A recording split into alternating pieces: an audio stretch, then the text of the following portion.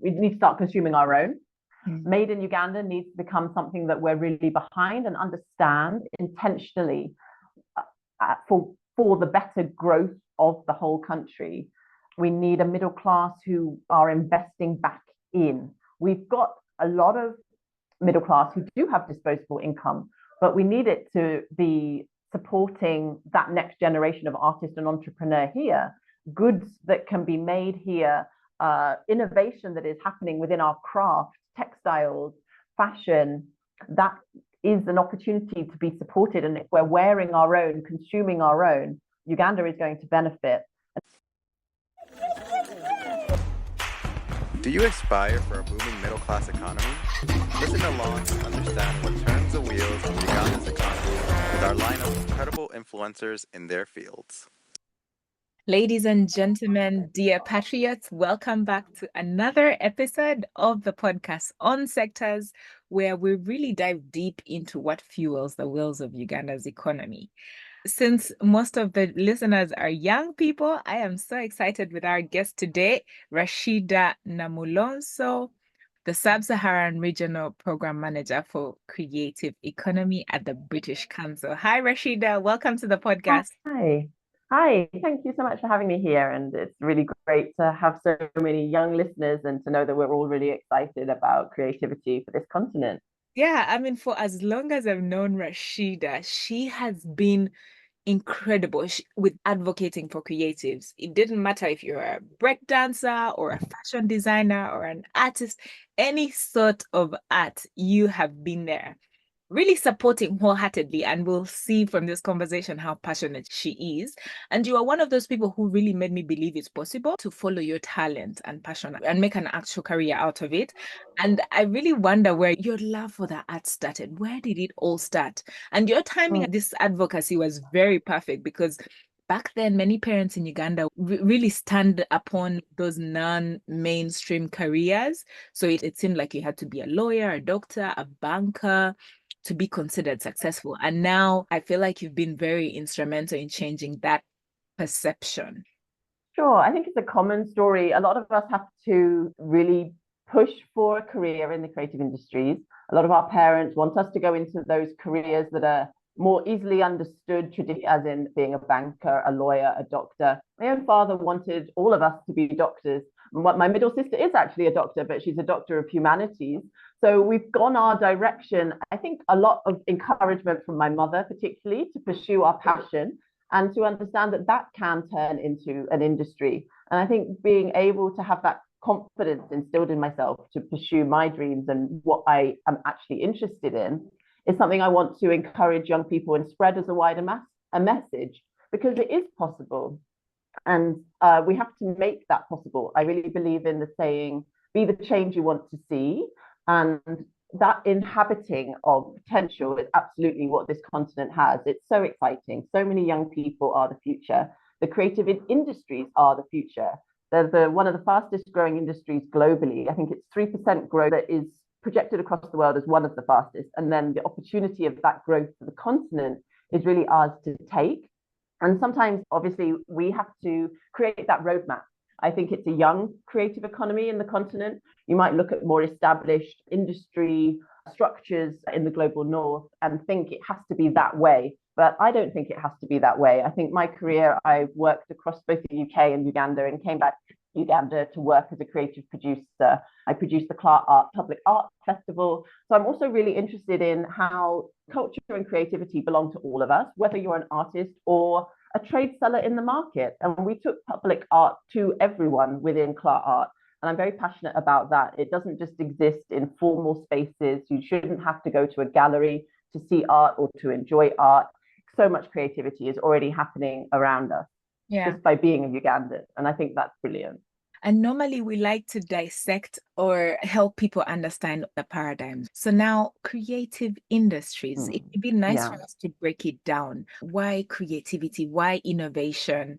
Because you speak a lot about this, but what does this mean and why is it important for Uganda and the region? When we speak about the creative industries and the creative economy, we're really talking about the sum that adds to a greater part. It's everything that is happening within the ecosystem, whether it's the graphic designer creating a flyer for an advertising billboard, the musician at work in the music studio, the lawyer helping support that musician with their intellectual copyright. These are all individual tasks that exist within that ecosystem and add up to make an industry, whether you're working in fashion, whether you're a designer, or a filmmaker, music. So that adds up and becomes a sector, and therefore it adds to an economy, just like any other, like whether we're talking about agriculture or finance. I'm also passionate about helping break down that understanding to understand how it sits within the bigger picture of contributing to a country's economy. Yes. And it is a huge driver of that growth. We might not know exactly how much Uganda shilling we have right now coming from our creative industries. Wait a minute. Do you know what it will take for Uganda to achieve a middle-class economy by 2040? Please send us an email at onuganda@gmail.com. Yeah.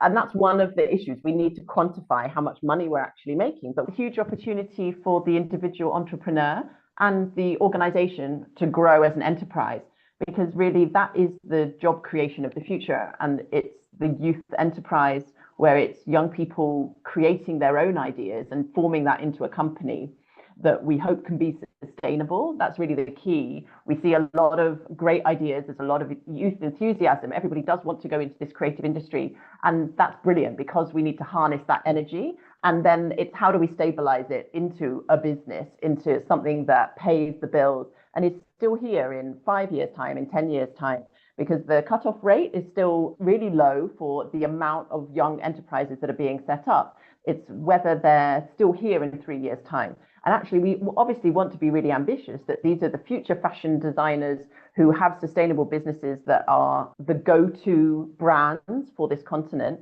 And they're really the first generation to be setting that up is what I see at the moment. So it's how can we do a lot more to communicate and connect with each other, and collaboration really is key, because I don't think we've got the examples of looking back as a legacy of the different types of organizations that are forming now in this continent. And so it's an exciting opportunity, but it's also one that's really delicate. And it means we have to have a lot more collective attention, I think, to support each other and to recognize very intentionally that if you want these brands and young people to succeed with each other, it's a collective conversation. It's not going to happen out there. I think we see a lot of noise within a lot of industries, such as the music industry, a lot of different investments maybe coming into the continent, but how much is owned by the continent? And so we really need to be closely looking up. It's about the basics of how are you setting up your business? Are you registered? Are you thinking about your tax? And I do think young people are, and we need to help simplify the information to be able to support all of that process so that the creativity can be enjoyed by everybody. Rashida, I'm just curious, you ooze a lot of passion even when you speak about this. Where do you get your love for the arts? So I've always really enjoyed being an audience member, of a witness to art making. When you see something creative, it's actually a very intentional experience, say whether it's theatre. I think my first steps within my career were being really drawn to what happens on stage. But that has swiftly moved into public participatory, a carnival, a festival. It's something that we come together as a collective exercise to make happen. I've always found that really exciting. And then I think that made me really think about, okay, how do we collectively make this magic? And what could my role be within the formation of setting the frameworks for that creativity? And essentially, that's what I do. I'm a producer. I'm interested in creating the frameworks for art to happen. And that needs people who are interested in looking at it from a bird's eye view. I love being in the room with artists, in the rehearsal room when the dance rehearsal is happening. But it's also important, I've recognized in my career, I wanted to step back and really look at the opportunity to think about, okay, maybe touring work, festivals, on an international stage. How can we think about the strategy for art making on an international stage, really? And I find that very exciting because it means you're collaborating with lots of different types of people, artists, organizations, not just in the creative sector. And I think that's really important. because that also really helps us grow to make creativity and culture for everyone. You speak about a few activities you've been a part of. You've been a part of organizing some art festivals, different projects. Can you give us examples of those that have been memorable to you? Sure. I worked on a really fantastic, huge project during the 2012 Olympic Games. In the UK, there was a lot of funding around that year of the Olympics, including funding for community engagement. So I worked on a fantastic project called the Tree of Light, which brought together community groups, choirs, young people in schools, tree scientists. It was super interesting around thinking about climate change. So we had actual experts who were tree practitioners go into primary schools and lead sessions with young people across the south of the UK in different school areas, so they could understand and think about climate change in their environment. And also at the same time, we had choreographers go to those same children and teach sessions, which led to a huge outdoor performance where the set was designed by Block 9, who are the fantastic international set designers who lead the permanent stage at Glastonbury. So it was a hugely dynamic, imaginative project. But it also, for me, and this is what I've always looked for when I engage in art making, had huge roots for access, community engagement, a lot of the community choirs, people who might not usually get involved in public art. And that was really important also as a legacy of the project. So yeah, that was super exciting. And I think I always think about that type of engagement as being, that's my ideal, right? I want to bring fantastic artists together with the community. They are part of the community anyway when we talk about community, but really a collaborative effort and really share it with the wider world. And I think there's no better example, particularly when we're thinking about festivals and public art making, and something that happens over time as well. It was about sustained engagement.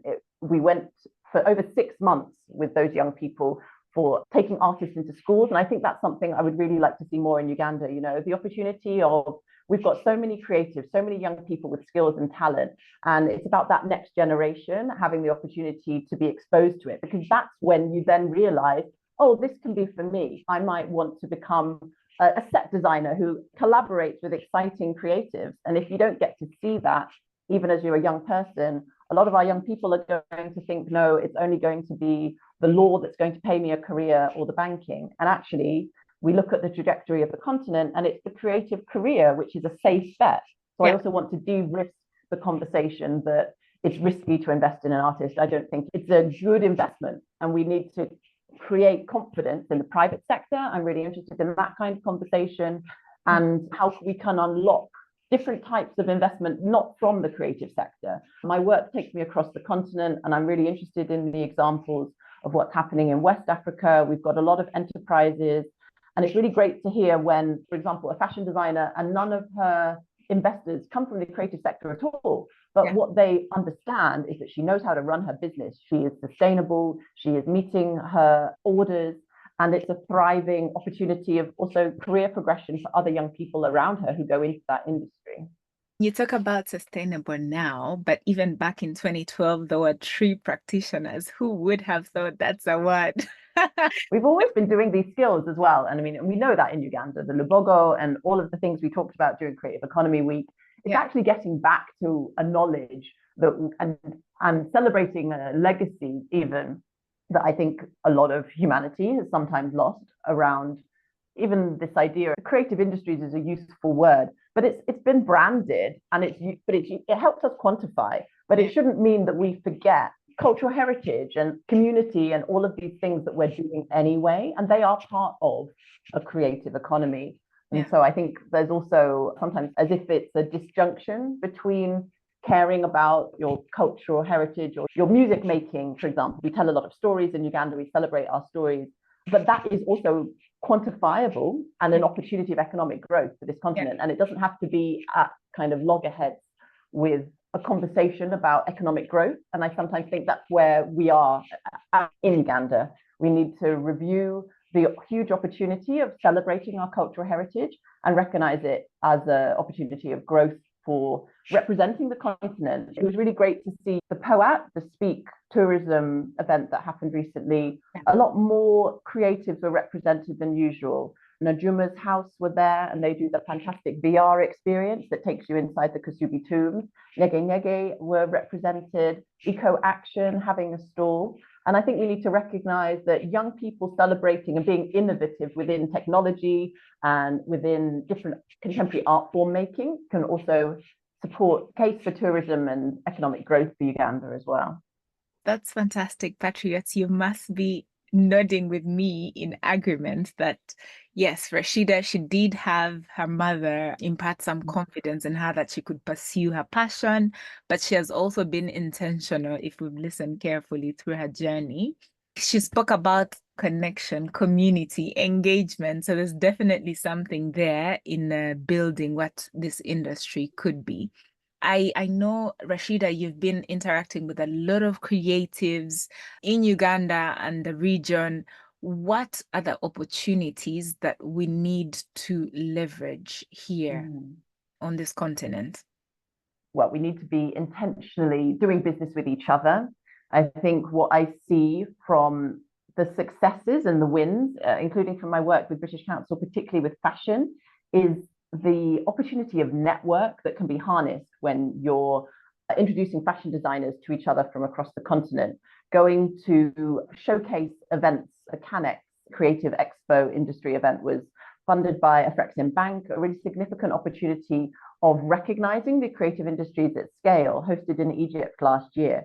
And we took over 19 fashion designers from across the continent, many of whom had never met each other. It was their first time in Egypt. The opportunity to introduce at scale their designers, those designers, to the market essentially, and be able to say, this is the face of contemporary African fashion, both ready to wear and luxury, and we're ready to invest in it. So I think mobility is key. If people can't move, goods can't move. We're still held back by a lack of being able to do business with each other at scale in the continent, let alone just thinking about East Africa. What about even the connections for Eastern Horn of Africa, Kenya, Tanzania, Uganda? We are closer to each other, but we've got Ethiopia, and we can be a lot more collaborative. And I think if we can look at that as policy efforts as well, it's not just for the artists to do that. It's the opportunity of enabling policies. We're waiting for further information on the intra-Africa trade policy, but there will be opportunity there for creatives as well.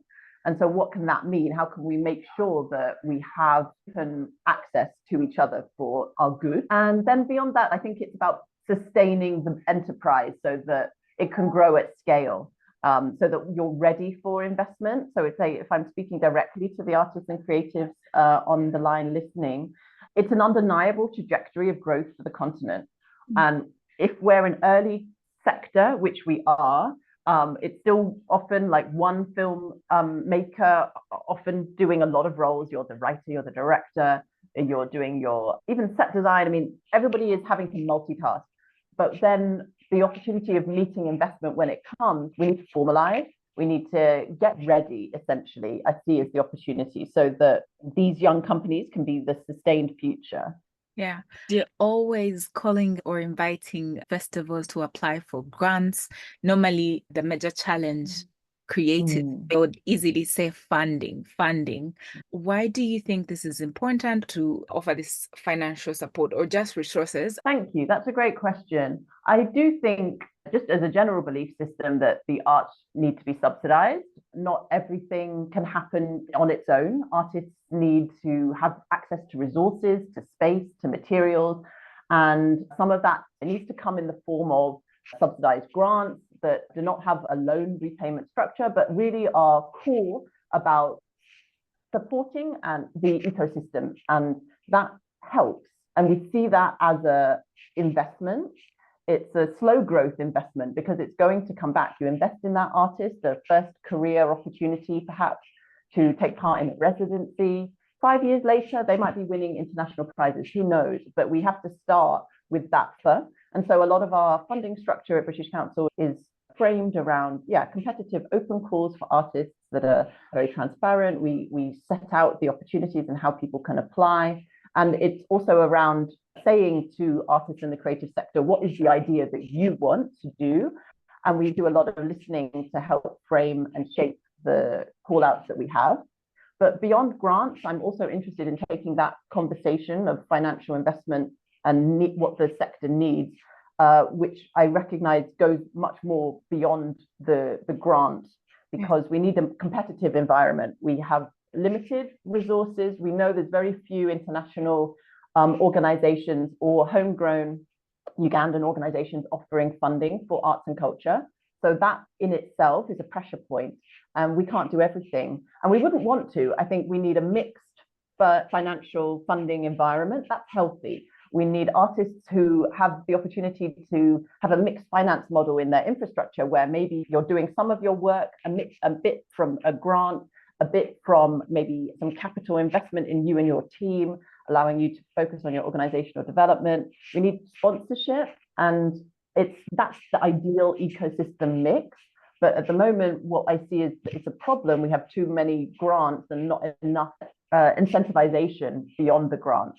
So that's really key for the continent, really, because it's also a hangover. I see we've got a lot of heavy development sector on the continent, and including in Uganda. And then we need to unlock more private sector investment. And that needs to be led by young people who have an idea that can be capitalized on as a profitable business.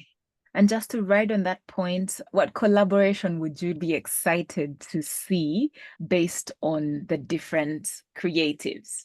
I recently saw a post of yours on LinkedIn that was commending a campaign that had different creatives. So going forward, you speak about sustainability. Yeah, I'm interested in private sector public partnerships, where you might have those private sector individuals or organizations coming together as a collective. I've been having some great conversations with PSFU, the Private Sector Foundation of Uganda. They have a forum of enterprise, and it's growing for the creative industries. Their members make up all types of sectors, from agriculture to architecture. Yeah. And I see an opportunity to bring together those forums and create equitable investment funds that could look at focusing on slow growth rates, competitive growth, kind of equity for the creative sector. So I'm really interested in seeing how we could maybe broker conversations for anyone listening out here on the line as well. If you're working in the financial sector, if you're not directly a creative yourself, but you're interested in that kind of conversation, I think that's an opportunity to convene and gather and to have like-minded conversations. And I think I would look to other sectors and see how that has been successful. I think it works in agriculture. You're bringing like-minded, small, medium-sized enterprises together, and then collectively being able to gather around funding an initiative for the better good. And I think if we're more organized like that, for example, if we have a collective of our fashion designers, we can lobby better for some of the needs that we might all be experiencing, whether it's like access to those sewing machines, that tool kit, that space. It's a huge opportunity. Yeah, you put it rightly so, because someone was mentioning earlier on that agriculture is not sexy enough. And I think creatives can actually do a better job to help people understand its benefits, especially in Uganda, where we have a lot of... Yes. And that campaign, it was a Viva Con Agua campaign that ran across Uganda, Tanzania, and Kenya, and led by Skills East Africa, who are a dance organization. I think we need to be bold about also, as creatives, looking across our skill set to, it was a campaign for healthy water, sanitation, clean living. So taking that skill set to a completely different humanitarian sector can be useful for our creatives. And so I would also encourage artists to think quite broadly about the opportunity for tapping into other sectors. Exactly. And agriculture is an undeniably huge sector of growth in Uganda. It's our number one. But look at Nigeria as well. Creative industries are coming. They're the second biggest employer now in Nigeria, right after agriculture. And I want to be ambitious that we can also do that here in Uganda. Fantastic. I hope we can. What steps do you think we should take to get there? Yes. And there are some very practical steps involved. A lot of different conversations with different types of people. So whether it's the artists, policymakers, the private sector, and that unlocking to have those shared challenges addressed. We can approach it from the policy angle, which we are. The Uganda Parliamentary Forum for Creative and Cultural Industries with the MP Rachel Magula are doing a really great job. There's an opportunity to review the national cultural policy of Uganda. I'm really excited about that right now, where we can try to bridge some of this conversation I was having earlier about recognizing we've got some robust things in place in terms of recognizing cultural heritage, but we need to do some work in terms of a future-facing policy that can also recognize what's coming in terms of a digital future, the opportunity for different types of employment that creatives are doing nowadays, whether it's you're monetizing your music, you're working in a digital space, and how can we have policies that are actually supporting you keep that revenue and take home pay. So that's one angle. And then the capacity building is also a huge need. There's lots of, it might not be so sexy for artists. Everybody's thinking about making their art, but we also need to think about how are you balancing your books, getting on top of your finances, doing the math and really understanding if I need to pay myself, I need to pay the business, I need to pay my staff, and understand that what goes in, what goes out. So I think that's also something we need to just be ready to take on, even though it's not sometimes the most attractive and it might be a bit scary for artists and not obviously thinking about math. But I do think we need to think about the math and to help support get that future that we really want. Yeah. So I think those are some of the things I see as particularly key so that we can be competitive. I think we've got real examples. I'll draw on agriculture again as well. And it's also about branding. I mean, communication, there's so much there. How do we package what we've got, even when you've got your product, and understand the opportunity of the digital space to harness and what you've got as an international market, not just for the continent. But I always think about an example that is in my mind of Ugandan coffee is just as good as Kenyan coffee, but we've got examples where we're selling, I think it's almost less than $1 competitively Ugandan coffee is exported at. And there's a problem there. We need to understand how to address what we know can be just as good competitively. But I think it goes down to addressing, relooking at our networks, our competitive opportunity for access to market, and understanding how to brand ourselves and package and be, I think, replicable so that every single bag of coffee is as good as the next one. And that's the same, again, around for the creative entrepreneur to how to repeat and grow to be reliable business so that if I want to come and work with you, and I think that's about professionalism as well. And that starts with even just how you talk to me if I meet you about your work, being able to present yourself, being able to know what you want to do. It would be nice to also hear from you about the concept time is money. You have traveled at least the region and you have engaged with different creatives. You talked about sponsorship earlier and collaborations. I feel a few businesses still do not understand the value time in creativity. Let's just think about the visual storyteller, the photographers. He charges 2 million for, say, an hour, and they're thinking, what? You're just taking pictures? Why is it that expensive? But then you come to Europe and the person is charging way more, double the price, and they're very happy to pay that fee. Or maybe on how we value time as Ugandans. You're supposed to come for a photo shoot at 9 and you show up at 10. I'd like to hear your thoughts on that as well. Yeah, I think for understanding the creative process and understanding that the creative process is a process over product is really important if we're going to value taking these careers seriously, that a photographer, to be the best photographer, it takes time to practice that craft, to develop that craft, to get better at it, and continual learning and expertise, because what we're demanding is excellence, and that can't just be rushed, and you can't just pay a quick buck and expect that product tomorrow.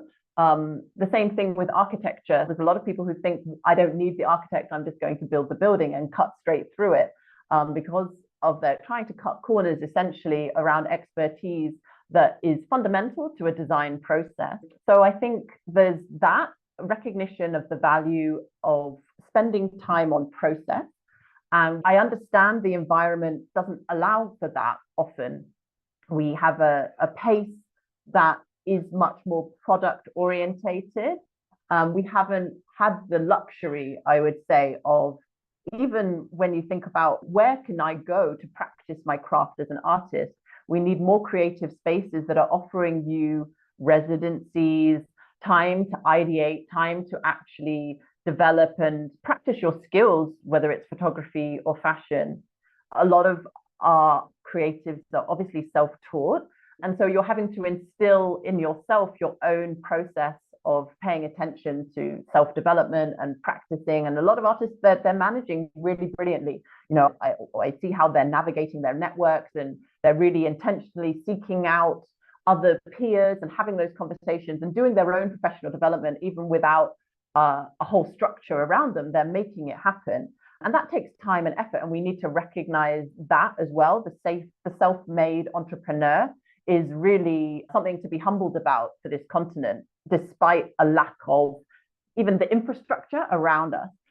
If we can take credit more for the time that takes, and also not put pressure on ourselves. I think there's a lot of, I really think the word like slow growth and slow investment is what we need to think about, even also about in terms of our craft development as an artist, and recognize we're here for the journey. If you're a writer and you're not practicing writing, but you're telling me that you are a writer, but you're not practicing your craft every day, how do you think you'll improve? Yeah. So I think we've got real examples where there's a tendency to think you don't need to maybe do that work, but that is fundamental to taking an interest in your own career, your own sector. If you're a photographer, you should be wanting to absorb as much information about all the great photography happening in and around Uganda and the continent and the wider world, because that is something that you can own, and it will definitely fundamentally improve your own practice.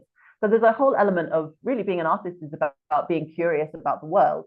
And I would like to find ways where we can help support that as much as possible to allow it to be cherished and celebrated. So it doesn't just become a monetary conversation of, okay, turn this around in a day and expect brilliance. But so on the side of as an act of transaction, it's beyond, there is the commerce, and I'm absolutely ambitious for artists to be able to make a living and get paid from this sector. But we also absolutely need to understand within that, these things take time, and often it's artists and entrepreneurs doing it for themselves. Yeah.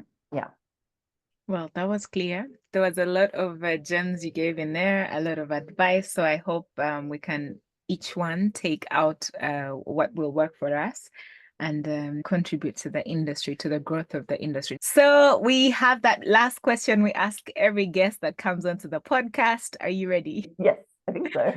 Rashida, what do you think it's going to take to achieve a middle-class economy in Uganda? Great question. We need to start consuming our own. Made in Uganda needs to become something that we're really behind and understand intentionally for the better growth of the whole country.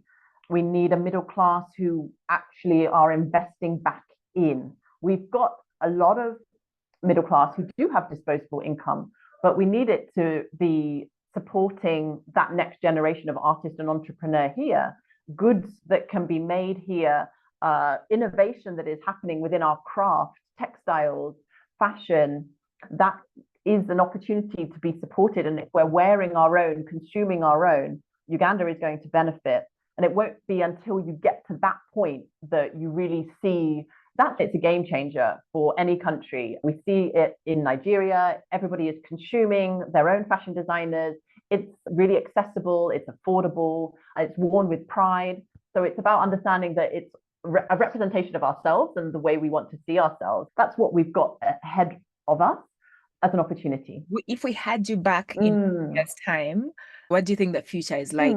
We do this thing called a creative hustle, where we like to gather creatives and professionals, artists, but also from across sector. So I really enjoy conversations where I might be hearing from different kinds of thinkers, different kinds of expertise.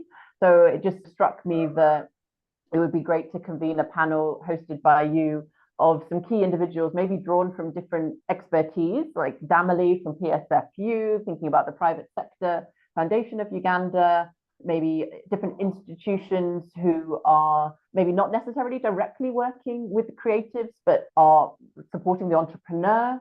And I think that cross-section of conversation is also needed, because there's going to be a lot of messaging and communication about this advocacy piece for the creative industry. So the more that we can also position ourselves within dialogues where maybe everybody's talking about agriculture, but let's see the creativity within that. For example, agri-tech is huge. Tech is a whole industry now.